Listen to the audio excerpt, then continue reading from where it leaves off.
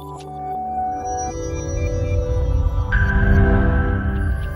guys, welcome back to Stability WOD. James just got a cue from one of our coaches that he has to want it. He has to want this squat. And I think that's a really good way of saying if you don't have the right intention about where you are in space, your back's going to pay. So you have to want to find that position at the bottom of your squat. So this is a good test. James is going to show us an assisted squat using the vertical of the rig. You can also use a doorknob or really any pole, solid surface. Go ahead and show us that, James.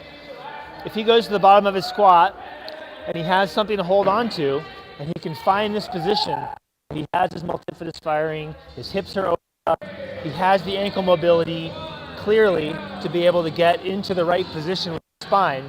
But as soon as he lets go, his weight shifts back and he can no longer hold that position. That's a sign that he needs to develop that tension and that intention before he goes to the bottom of his squat and start to really practice that. Because it's a sign that he doesn't lack mobility in his hips, he doesn't lack mobility in his thoracic spine, he doesn't lack mobility in his ankles, or even in many of his soft tissues.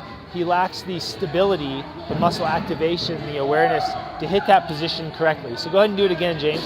Use the squat rig to come down. Got a little wink at the bottom. He's going to use the rig to pull him forward into a better squat position.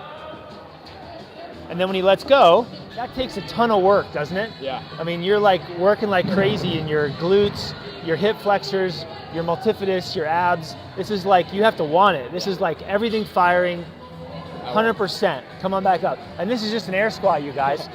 So the test is, if you can hold on to the rig and settle into a nice position with your heels on the ground, knees driving out, spines positioned correctly, and you can find that position mobility-wise, then we need to work on stability to get you into that position without holding onto the rig ultimately. It's not just a mobility problem. There may be some little things you need to work out, but overall, it's about finding muscle tension. So use this as a guide.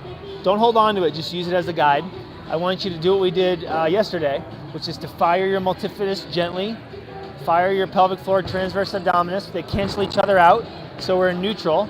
Take your big breath, core cylinders rigid, sink to the bottom, just using this as a guide, and fight for it. I want you to want it. I want you to want this lumbar position.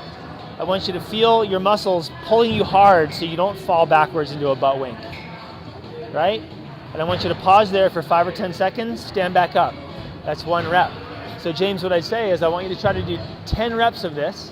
I want you to try to do 10 reps, holding 5 to 10 seconds, just to develop your intention. And then you can pattern that in your warm-up before the workout, and then eventually you can get it patterned into your workout with weight. Sometimes even having a barbell on your back makes it easier because it forces you to have to activate these muscles in the right way. Make sense? Yeah. So thanks for tuning back into Stability WOD today, you guys. Thanks to James for being the model. We're going to come back tomorrow. We're going to put some weight on the bar. We're going to talk about this again with weight.